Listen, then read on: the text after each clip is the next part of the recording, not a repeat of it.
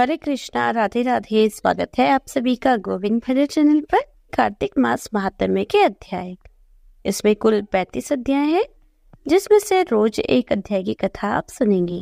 मैं सिमरू माता शारदा बैठे जिव्या आए, कार्तिक मास की कथा सुने सब जन हर्षाए।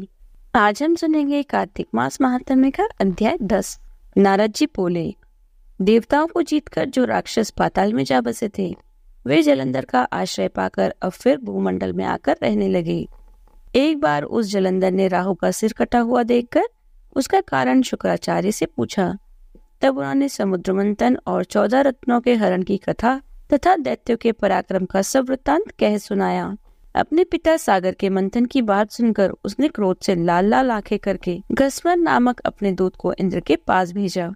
वह दूत स्वर्ग में जाकर इंद्र से बोला, सागर के पुत्र जलंधर ने अपना दूत बनाकर मुझे भेजा है।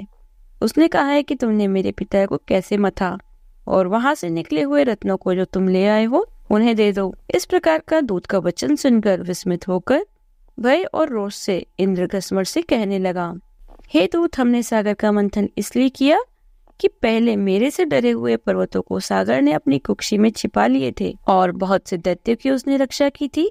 इससे मैंने भी उसके रत्न हर लिए। सागर का पुत्र शंकासुर भी देवताओं से बैर करता था, वह भी समुद्र के भीतर छिप गया। उसको मेरे छोटे भाई ने निहत किया। अब तुम जाओ और समुद्र बसने का कारण जलंधर से कहो। वह दूत इंद्रलोक से विदा हो पृथ्वी पर आया। सब वृत्तांत जलंधर से कहा। दैत्य क्रोध से फुकारता हुआ देवताओं को जीतने के विचार से चारों दिशाओं तथा पाताल से करोड़ों दैत्य शुंभ निशुंभ आदि सेनाओं को साथ लेकर स्वर्ग में जाकर उसने नंदन वन में अधिकार कर लिया। देवता भी अस्त्र शस्त्रों सहित अमरावती से बाहर निकले। तब वहां घोर युद्ध हुआ। मूषल, परिघ, बाण, गदा, बर्छी, फरसा आदि शस्त्रों से वे एक दूसरे को मारने लगे।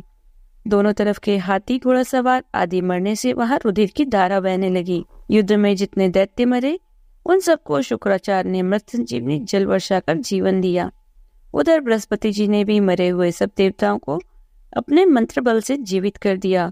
युद्ध में मारे गए देवताओं को पुनः जीवित देख जलंधर शुक्राचार्य से कहने लगा कि मरे हुए देवता फिर कैसे जी उठे? आपकी यह अमृत संजीवनी विद्या तो किसी और जगह सुनी ही नहीं। शुक्राचार्य बोले, बृहस्पति ने द्रोणाचार्य से दिव्य औषधियां मंगाकर इन देवताओं को जीवन दिया है, इसलिए तुम द्रोणाचल ही हर लाओ।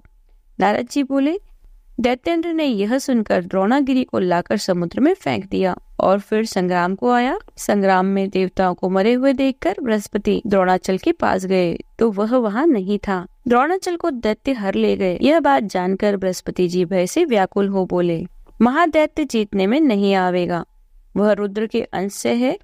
इंद्र ने जो कुछ किया था उसे याद करो। बृहस्पति की यह बात सुनकर सब देवता 10 दिशाओं में भाग गए। सागर के पुत्र जलंधर ने देवताओं को भागते हुए देख शंखभेरी का शब्द करते हुए अमरावती में प्रवेश किया।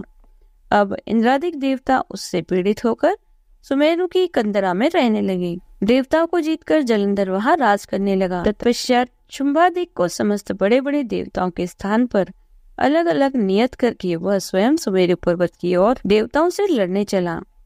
यहाँ कार्तिक मास महात्म्य का अध्याय 10 समाप्त होता है। यदि आपको वीडियो अच्छी लगी हो तो लाइक कीजिए, ज्यादा से ज्यादा इसे शेयर कीजिए। यदि आप चैनल पर नए हैं तो चैनल को सब्सक्राइब कर लीजिए, बेल आइकन को प्रेस कर दीजिए, जिससे आने वाले नए वीडियोस की नोटिफिकेशन आपको तुरंत मिल जाए। मिलती हूँ आपसे अगले वीडियो में, तब तक बने रहिए गोविंद भजन चैनल पर। हरे कृष्णा, राधे राधे।